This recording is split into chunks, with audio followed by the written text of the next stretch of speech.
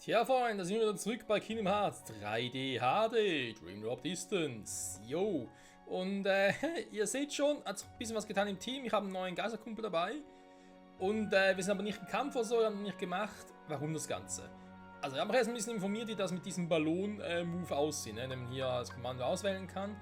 Ist übrigens Magie-Move, nicht verwundern. Und ja, geguckt, ja, theoretisch kann man hier einen Mogri-Laden kaufen. Wir hätten ihn eigentlich auch schon bei Traverse, auch hier bei Traverse City schon irgendwie, keine Ahnung, schon 5-mal oder so finden müssen. Ne? Es gibt irgendwie 4 oder 5 Truhen davon, angeblich. So, aber ich weiß, du hast keinen Bock unbedingt mit mir zu zocken, aber und die von mir steuern zu lassen, aber dass du hier nicht auf der Kiste drauf springen willst, das finde ich schon ein bisschen bedenklich.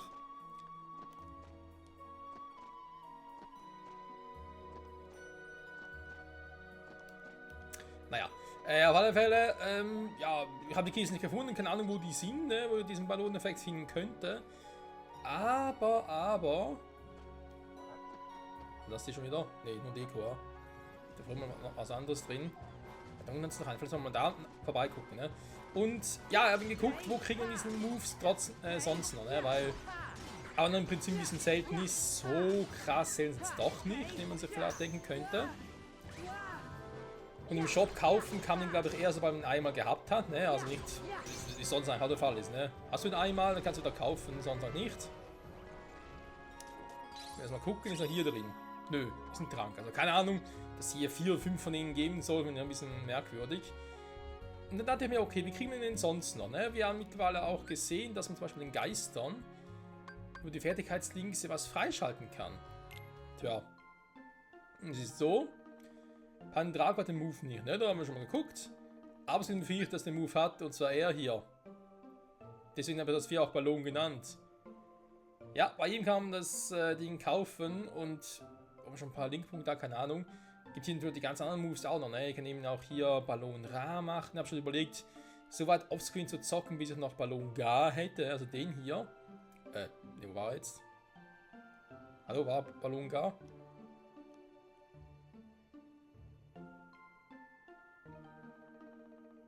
War Ra die zweite und Gar die dritte.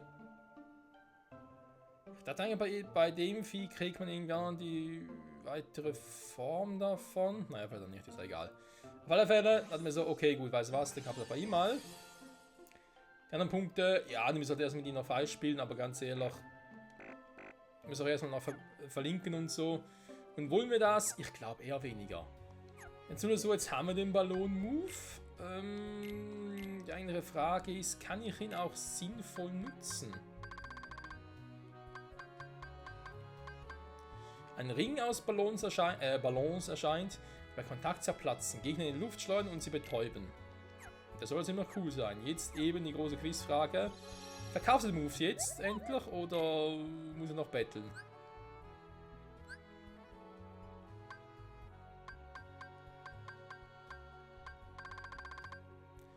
Tja, verkaufen nicht. Ich habe keine Ahnung, woran das liegt, ganz ehrlich.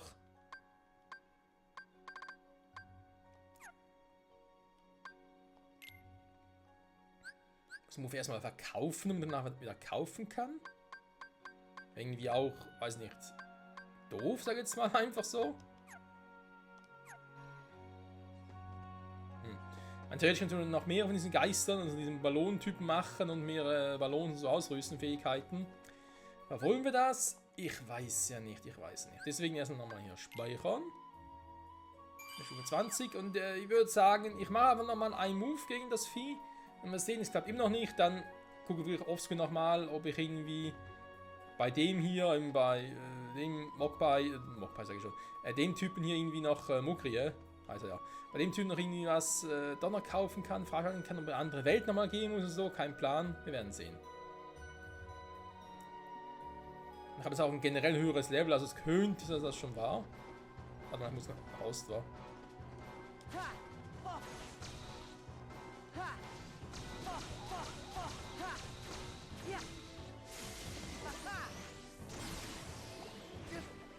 Ganz kurz mal gucken, wie überhaupt der Move funktioniert. So soll er gehen und dann kann er irgendwie... Dann könnte das Ding nachher auf sich draufschmeißen oder so. Deswegen wäre der Move so krass.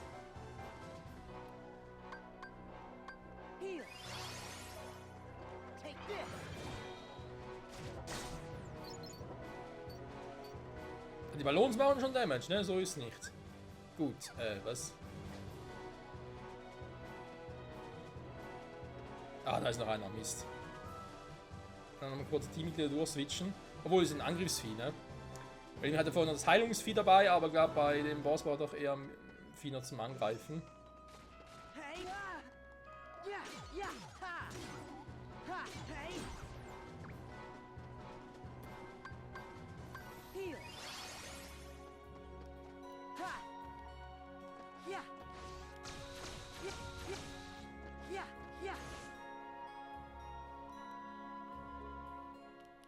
So, das ganze Skipping, das kennen wir bereits. Und dann wird's halt lustig. Vielleicht, leider nicht. Obwohl, ich habe gesagt, einmal probieren. Vielleicht ist wieder reinkommen, Berufsset und so.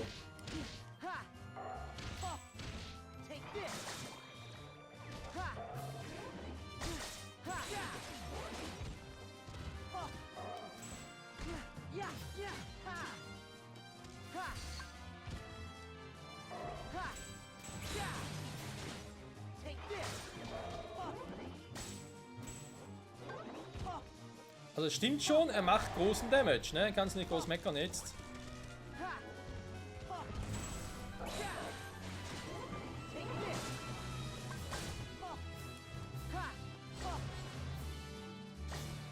Hä? Wieso nicht? Er löst auf manchmal nicht aus, das ist so scheiße.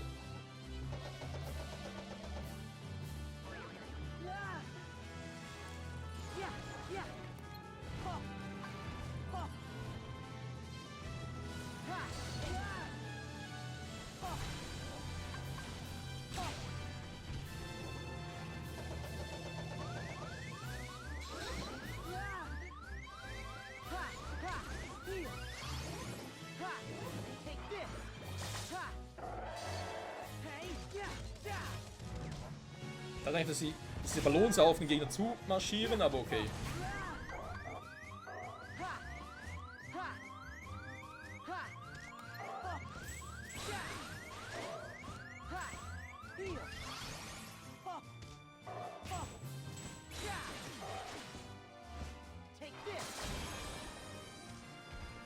Aber man sieht, ne, also die Ballons, die machen wirklich guten Damage, also du kannst nicht meckern jetzt. So, das Problem ist vor allem das zweite Viech.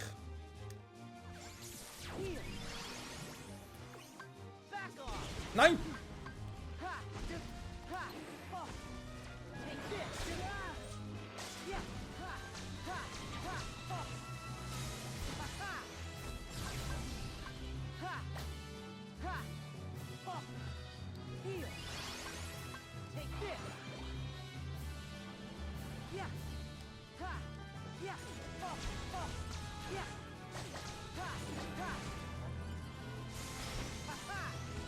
Das im Prinzip wie so ein passiver Move ist es schon nicht schlecht, ne? Muss man zugeben. Bin eigentlich ausgewichen, aber okay.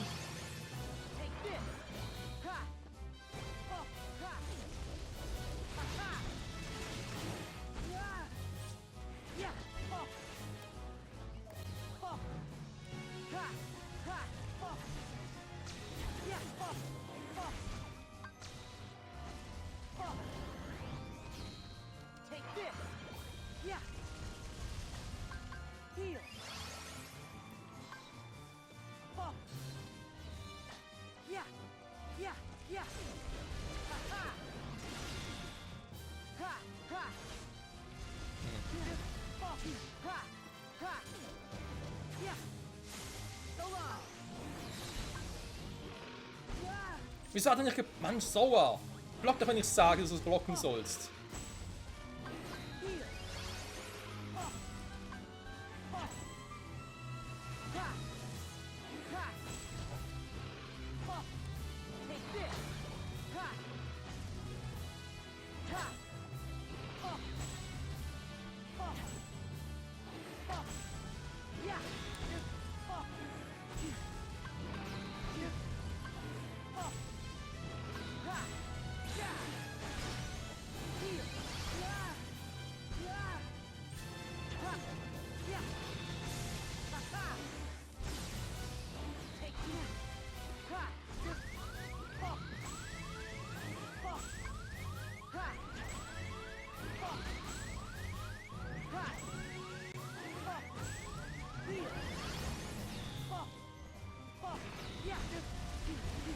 ich versuche immer ist einfach, dass ich ständig irgendwie dagegen fliege und dann es machen kann.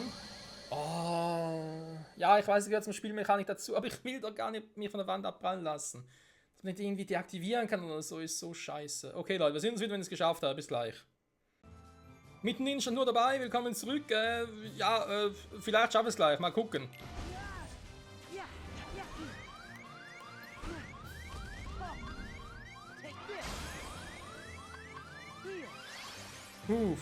Mehr als Schwein, so jetzt kommt das andere Viech. Und ich habe noch einen super Link, kann ich gleich auch noch zeigen und zumindest mal ein bisschen Konten auf, also jetzt einen dritten Wurf an den schaffen sollte. So, das Viech. Sag mal. Was mir wieder ging.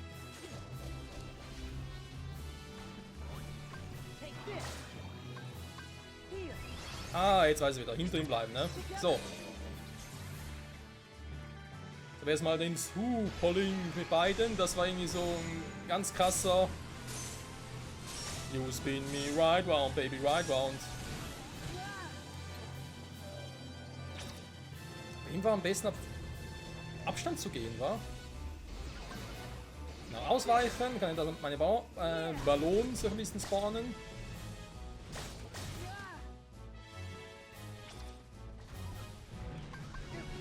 Wow! Den Ding sollte vielleicht besser ausweichen.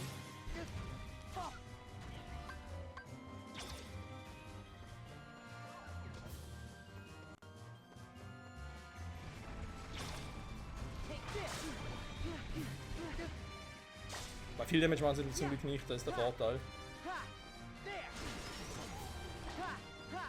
So, mal gucken. Die Dinger, die nerven so. Ich meine, es gibt natürlich Situationen, wo es cool sind, aber hier in dem Kampf, wenn ich gerne darauf verzichten würde, sind sie einfach nur nervig. Ah, Mann. Ja, jetzt brauchen nur noch die Dinger. Willst du mir verarschen oder was?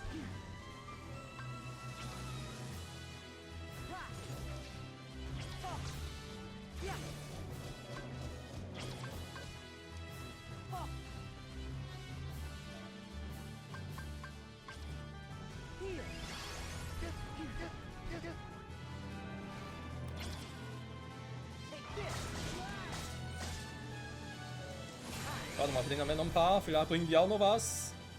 Die vorhin nur für einzeln eingesetzt und nicht das Gefühl hat, die bringen wirklich sehr viel.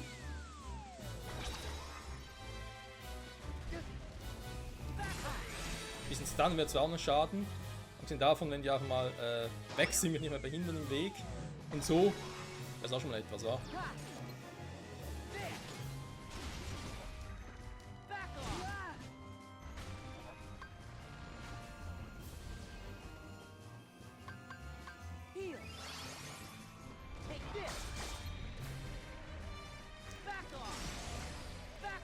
So, jetzt reicht's aber.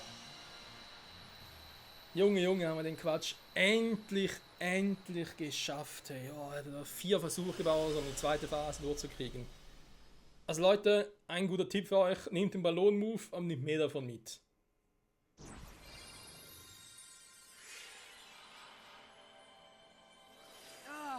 Not again! Hey Josh, where'd it go? Somewhere else. Out of Traverse Town, and out of my reach. We'll just have to let it go. Great. So we failed the mission? I'll go after it. What? Come on, I'm not an actual player. Can't I bend the rules? Well, I guess the rules of the world don't apply if your hearts are connected. Right, Sora? That's how you roll. Right. Then it's settled.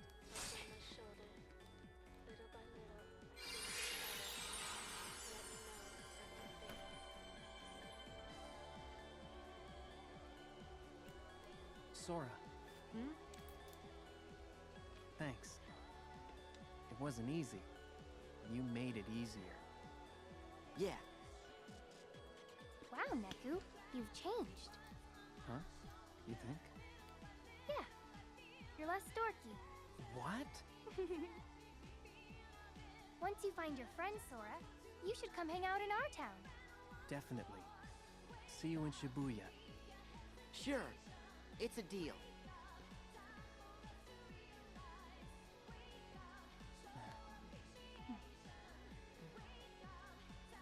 Anything I should pass on to Riku? Nah. I'll see him soon.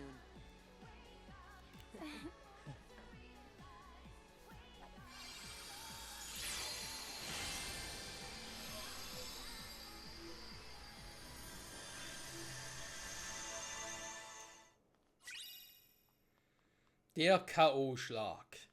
Das weniger kritische Treffer zufügt, aber einen hohen Angriff besitzen, das Auslösen von Realitätswandeln erleichtert.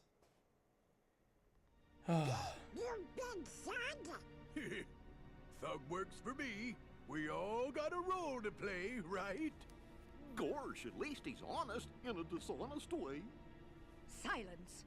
No underling of mine shall be insulted so. I have great plans for dear Pete and for all the worlds, once I have taken them for my own.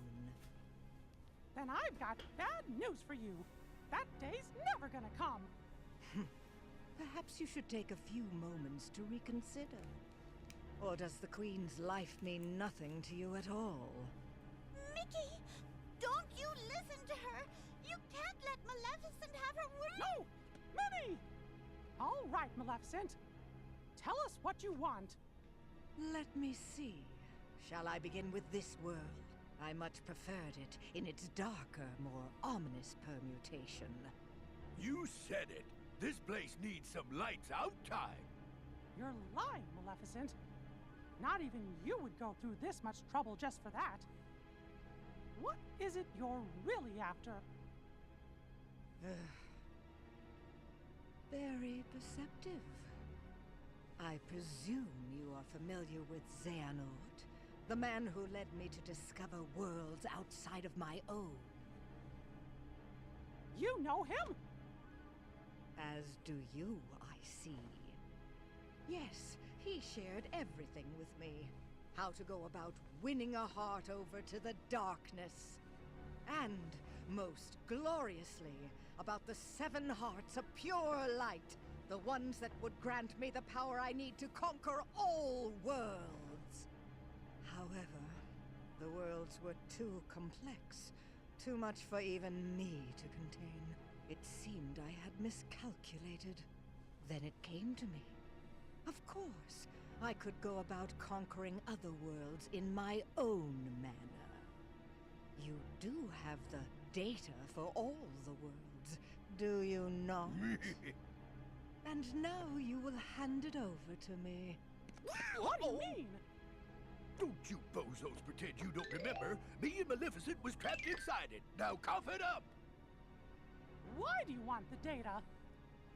I'm afraid that is no concern of yours. Wouldn't want a royal Minnie Mousiness to get a boo-boo now, would we?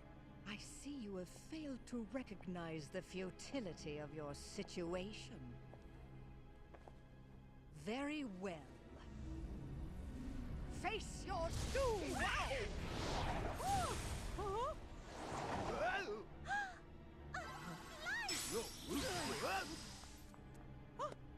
Oh, Mickey! Minnie! Maleficent, you lose! Say, milady, I think the pipsqueak's right. We better hit the road. I now know that what I seek lies within these walls. Trust that I will eliminate you in good time. Hey, wait for me, Maleficent. Wait!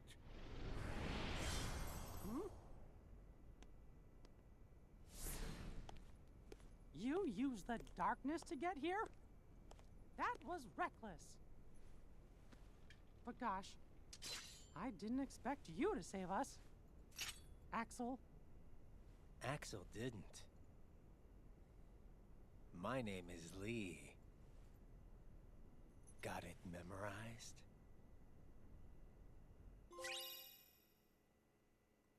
Glossar, die 7 Prinzessinnen. Okay, das kam jetzt doch unerwartet, das mit Maleficent. Irgendwas ein bisschen hinter Schloss Disney, ne? Und Natürlich auch der Hinweis darüber, ich will zurück in dunkle Tage führen.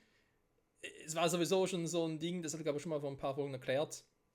Also damals irgendwie gehört hat, es gibt eine Königin Minnie und es gibt einen Mickey, es gibt da Donald und Goofy und so.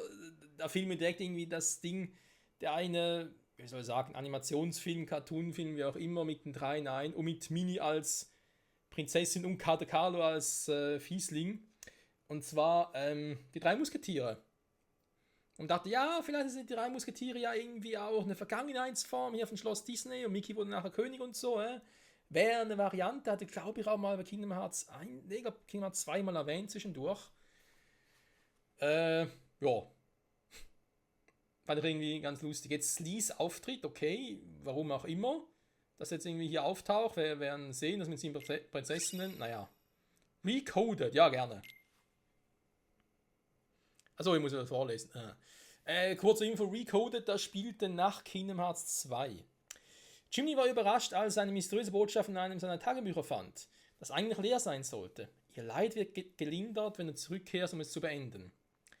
Um die Botschaft besser zu verstehen zu können, erstellte König Mickey eine Datenlandschaft aus den Welten im Tagebuch. Die Datenlandschaft war voller Fehler und der König musste sich auf die digitale Version von Sora berufen, um die Fehler im Tagebuch von innen her zu beseitigen. Während Sora die Datenlandschaft der Inseln des Schicksals erkundete, erklärte ihm eine Gestalt in einem schwarzen Mantel, wie so häufig, dass die Freilegung der Schlüssellöcher die einzige Methode sei, um die Welten zu heilen. Sora fand das Schlüsselloch in der Stadt Traverse und nutzte es, um zur nächsten Welt zu gelangen. Was nicht dies der erste Typ, der im schwarzen Mantel war, beziehungsweise Ensem der Weise, der originale Ensem, der sich später ja dies nannte, wie wir wieder gelesen haben. Als dies tat, erschien eine neue Botschaft im Tagebuch in Schloss Disney und der König war entsetzt, als er merkte, dass das Schloss von den Herzlosen eingenommen worden war. Noch schlimmer, er und die anderen waren nun in der Bibliothek gefangen. Sora wurde neu von der Figur im schwarzen Mantel aufgesucht. Als es von dem Fremden diesmal erfolgte, gelangte er in den gleichen Namen, den der König Mickey und die anderen aufhielten. Wie waren sie alle hergelangt? Stellt sich heraus, dass die Figur im schwarzen Mantel eine digitale Version von Riku war, die erklärte, was vor sich ging. Er war von dem Tagebuch als Sicherungsspeicher ausgewählt worden, um seine Daten zu schützen. Jetzt waren Riku und das Tagebuch ein und dasselbe und er hatte Mickey und die anderen in Datenlandschaft gebracht, um ihnen zu helfen, die mysteriöse Botschaft zu entziffern. Genau in dem Moment nahm jemand den Pfad zwischen Datenlandschaft und der echten Welt ein. Es gab keinen Ausweg. Sora machte sich auf den Weg, um weitere Welten zu reparieren und einen Weg nach Hause für seine Freunde zu sichern.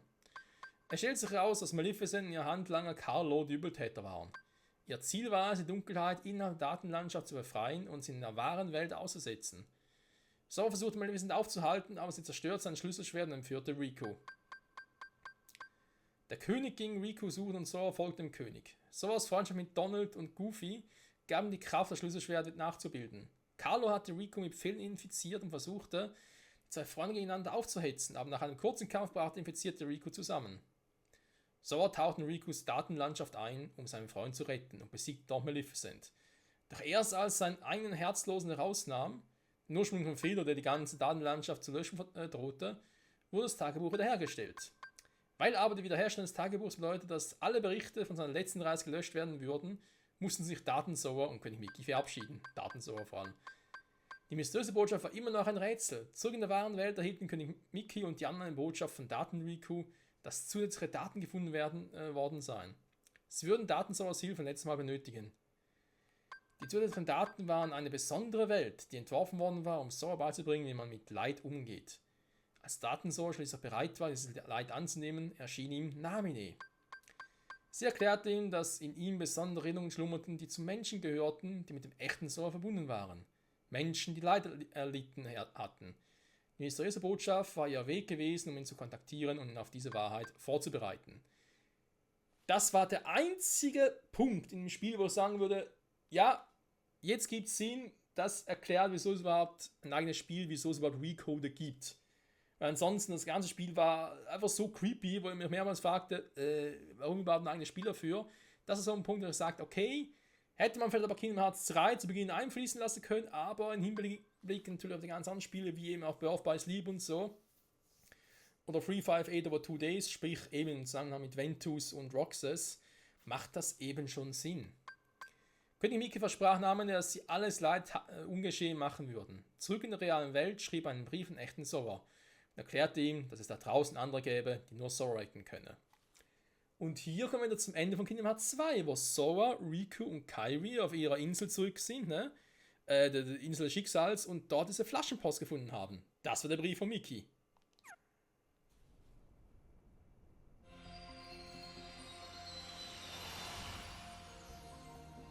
Und so schließt sich ein Kreis. Wobei, wie gesagt, ne, es fehlt noch ein bisschen was. Neue Welten. Und da hinten, was wird das sein? Oder irgendwas mit Xehanort und Ensign, war vermutlich. Also, das ist wieder fertig abgeschlossen. Ich hoffe jetzt definitiv nicht, dann nochmal hin muss. Oder anhand dessen, wie viel... Wobei, ich habe nicht so viel schätzen, wa? Okay. Und hier geht's weiter. Was haben wir hier? Das Land der Musketiere. Ich hab's gerade noch erwähnt, Freunde. Oh, wie geil. Ich sage, da ist bis heute noch einer meiner Lieblings-Disney-Filme. Vor allem, ich sage jetzt mal, die moderneren mit Mickey drin, weil von Donald hast du sehr viele, auch Cartoons und so, ne? Ich sage nur DuckTales, gut, DuckTales kann man sich jetzt so häufig vor. Oder, wie hieß das Ding mit den Erwachsenen, Tick, Trick und Track? Crack Attack, glaube ich, oder so. Also Donald kommt eher häufiger vor, Goofy natürlich auch mit Goofy und Max und so, der häufiger vertreten. Aber Mickey, gib mal irgendwie einen neueren Film, wo Mickey drin vorkommt. Die kannst du in einer Hand abzählen, ganz ehrlich, da gibt es nicht so viele. Und vor allem natürlich mit den dreien zusammen, ne? Donald, Goofy und Mickey. Und dann natürlich das Land der Musketiere, einfach ein Nonplusultra.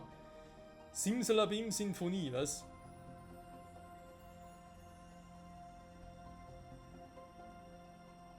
Zuerst dachte ich an Aladdin. Jetzt aber warte mal, das sieht man ja nach Musical-mäßig. Also könnte Ariel sein, ne? Ist es. Es ist eine Insel mit Wasser rundum? Ja, theoretisch eine Variante, aber die ganze. Hä? Nee, keine Plan, was es sein soll. Das Land der Musketiere. Freunde, ich würde sagen, wir beenden heute die Folge ein bisschen früher tatsächlich, weil das ist jetzt der perfekte Zeitpunkt, um einfach zu sagen, jo, nächsten Part gleiten wir hier rein. Ist zwar jetzt doof mit dem Speicher, merke ich gerade. Weil ich müsste eigentlich kurz wieder mal pausieren. Nicht nachher, warte, ist egal, wir werden das schon hinkriegen. Mit so ins Land der Musketiere, genau, natürlich mit Rico auch noch, das wäre ganz geil. Also ich hoffe, es geht darum. Wobei, was willst du da noch ändern? Weil es geht um Donald, Mickey und Goofy, es gibt eine Königin Mini, es gibt auch Katakalo, der große Böse, also gut, ich will nicht zu viel spoilern für denen, die ja nicht wissen, man kann es natürlich denken. Aber ja, es geht Donald, Goofy und Mickey und mal gucken, was sie hier für Abenteuer erwarten, was sie vielleicht zu der des Cartoons, des Films, sag ich jetzt mal, unterscheidet. In dem Sinne, danke fürs Zusehen und bis zum nächsten Mal. Zurück bei Kingdom Hearts Dream Drop Distance im Land der Musketiere. Bye bye!